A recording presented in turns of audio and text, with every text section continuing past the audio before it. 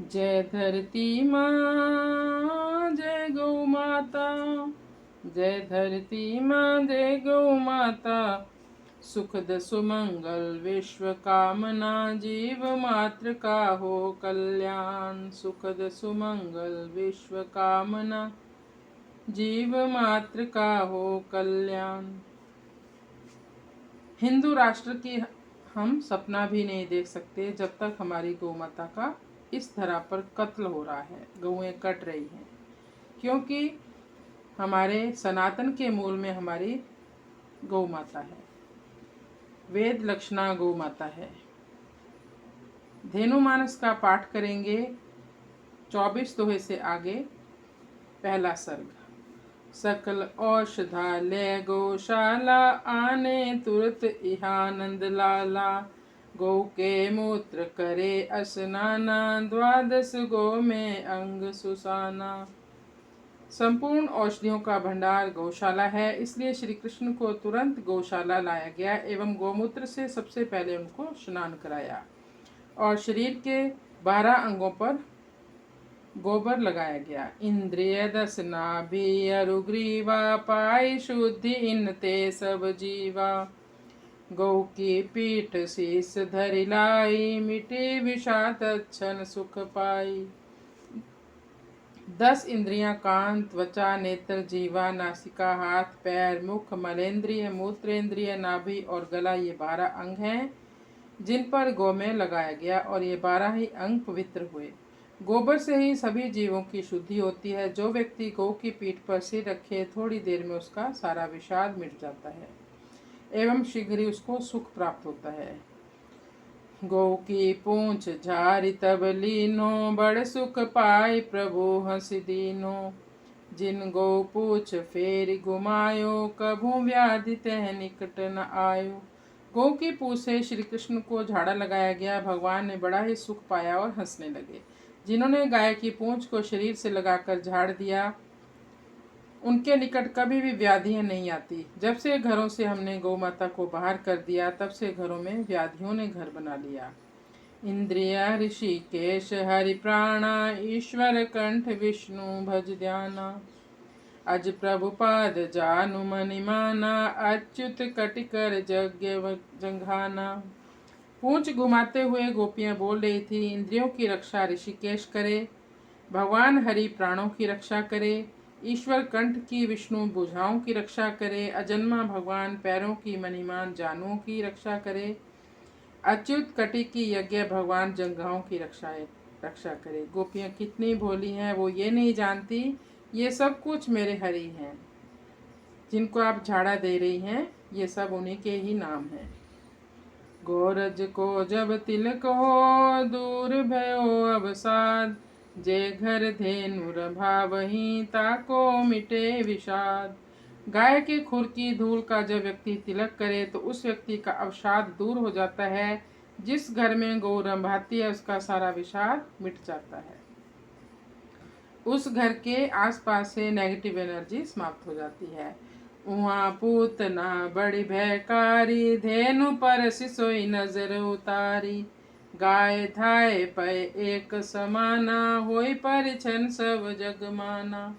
वहाँ पूतना से बड़ा भय पैदा हो गया। गौ माता का स्पर्श करके सारी नजर उतर गई। गाय का एवं माँ का दूध एक समान है, इस बात का परीक्षण हो चुका है और सारे जग ने इसको स्वीकार किया है। मानव मात्र मात दो होई, यही कारण माधव माधोई। जन्म दियो देवकी जननी, धेनु जसोदा पालन करनी। संपूर्ण मानव मात्र की 2 माताएं होती हैं, इसलिए माधव शब्द में माधव, धव मतलब होता है दौड़ना, माँ की ओर दौड़ना, अर्थात एक ने जन्म दिया, दूसरे की ओर दौड़ रहे हो। जन्म देने वाली देवकी माता है और गौ माता ही पालन करने वाली यशोदा है। को वस पुरुष जगत में नाही, जाकी दुई जननी नहीं आही। दूसरी जननी धेनु ही होई, करो विचार सुजन सब कोई। संसार में ऐसा कोई पुरुष नहीं है जिसकी 2 माताएं ना हों। दूसरी माता गाय ही होती है। जो अच्छे लोग हैं वो इस बात पर विचार करते हैं। ईश दृष्टि कब हूँ जब होई, नर तनु पावत रत हित सोई। एक धर्म एक नेम अचारा, करूँ सदा गौ को सत्कारा। ईश्वरीय दृष्टि जब होती है तभी व्यक्ति नर्तन पाकर अवतरित होता है। यहाँ एक ही धर्म, एक ही नियम आचार विचार है कि व्यक्ति सदा गौ का सत्कार करे। धेनु जगत हित प्रगट्यों, परम हित ऐसी जान, कर पूजा इस मात की, त्याग मोह मद मान। जय गौ माँ जय गोपाल। गौ माता जगत के हित के लिए ही प्रकट हुई है, इसको परम हितैषी जान लो। इस माँ की पूजा में लग जाओ, मोह मद अभिमान त्याग दो। बोली धेनु अहि भूषण धारा, मम हित हेतु हरि अवतारा। बाल सुलभ लीला प्रभु कीनो, धेनु जसोदा को सुख दीनो। कामधेनु बोली, हे सर्प आभूषण धारण करने वाले भोलेनाथ, मेरे ही लिए भगवान हरि ने अवतार लिया। बाल सुलभ लीला करके गौ स्वरूपा यशोदा जी को सुख दिया। पूर्व जन्म द्रोण नंद होई, धरा जसोदा जानो सोई। गौ सेवा को प्रतिफल पायो, सकल भुवन पति गोद खिलायो। पहले जन्म में नंद बाबा द्रोण नाम के वसु थे और यशोदा जी उनकी धरा नाम की पत्नी थी। इन दोनों को गौ सेवा के फल स्वरूप ही अखिल ब्रह्मांड नायक को इन्होंने पुत्र रूप में प्राप्त किया एवं उसे गोद में खिलाया। सब सो बड़ो पुण्य जग माही, मन कर्म वचन धेनु परिछाही। धन्य धेनु को तुम समनाही, खुर रज मिल तब तीर्थ नहाई। सबसे बड़ा पुण्य इस जगत में यह है कि हमको मन वचन और कर्म से गौ की परछाई बनना है, गौ के साथ रहना है, गौ की रक्षा करनी है। हे गौ माता, आपके समान संसार में कोई नहीं है, क्योंकि गौ की खुर रज मिलने मात्र से सभी तीर्थों के स्नान का फल प्राप्त हो जाता है। बसों सुर भी जहाँ तीर्थ सोई, तजहि प्राण मुक्ति सब कोई। रोम रोम सुर तीर्थ चरना, के विधि मातु करो मैं भरना। जहाँ सुर भी गौ माता बसती है वहीं तीर्थ होते हैं। जो गौ के सन्मुख प्राण छोड़ता है वह हर व्यक्ति मुक्ति को प्राप्त करता है। अंतिम समय में राम नाम लेने का जो फल है वही गौ माता के स्पर्श का है। स्वयं विचार करें कि दोनों कार्य में कौन सा सरल है। निश्चित ही गौ स्पर्श सरल है, क्योंकि जिस समय प्राण छूटते हैं उस समय कोई भाग्यशाली ही होता होगा जिसके मुंह से हरि नाम निकलता होगा, नहीं तो हजारों बिच्छुओं के कटने, उनके दंशने से जो दर्द होता है वो समय इस मानव देह को मिलता है। तो इसलिए सबसे आसान है गौ के सानिध्य में रहना, तभी हमारे प्राण छूटे। जिस गौ माता के रोम रोम में देवता हैं और पैरों में तीर्थ हैं, तीर्थ तो मेरे पैर के नीचे हैं, किस प्रकार माता मैं आपकी महिमा का वर्णन करूं। हे गौ माँ, तेरी अपार महिमा है। जे श्रद्धा संबल नहीं, गैयन सो नहीं नेह। पूजा जप तप यज्ञ फल, कबो नहीं तिस गेह। जय गौ माँ जय गोपाल। जिन लोगों के पास श्रद्धा का आसरा नहीं है और गायों से बिल्कुल प्रेम नहीं है, उस व्यक्ति के पूजा जप तप यज्ञ फल सभी निष्फल होते हैं, उनको उसका फल नहीं मिलता। घर गृहस्थ जान्यो इक याना, असुर समूह सतावत आना। नीचे सकट झूलत रही झूला, पलटी दीनी मधुसूदन सूला। गृहस्थ का घर एक वाहन है और असुर समूह आकर के सताता रहता है। शकट पर नीचे भगवान झूले पर झूल रहे हैं। शकटासुर झूले पर बैठा, भगवान ने शूल बनकर शकट को पलट दिया। अध नहीं ऊपर राखे मोही, जीवन रथ चलावत वोही। निश्चर एक तृणावर्त आवा, गोरज महिमा गोकुल पावा। भगवान ये बताते हैं कि मुझे नीचे ना मुझे ऊपर रखो, क्योंकि जीवन रथ तो मैं ही चलाता हूँ। एक निशाचर तृणावर्त आया और उसने भी गौ माता के खुर की धूल की महिमा को गोकुल में पाया। नील शिला पर पटक्यो ताही, धन्य भई गति ब्रज रज चाही। असुर अधम तई कंस पठावई, गोरज पाई मुक्त होई जावई। भगवान श्री कृष्ण ने उसे नीली शिला पर पटक दिया। उसकी गति धन्य हो गई, क्योंकि व्रजरज की इच्छा की उस अधम असुर को कंस ने भेजा था।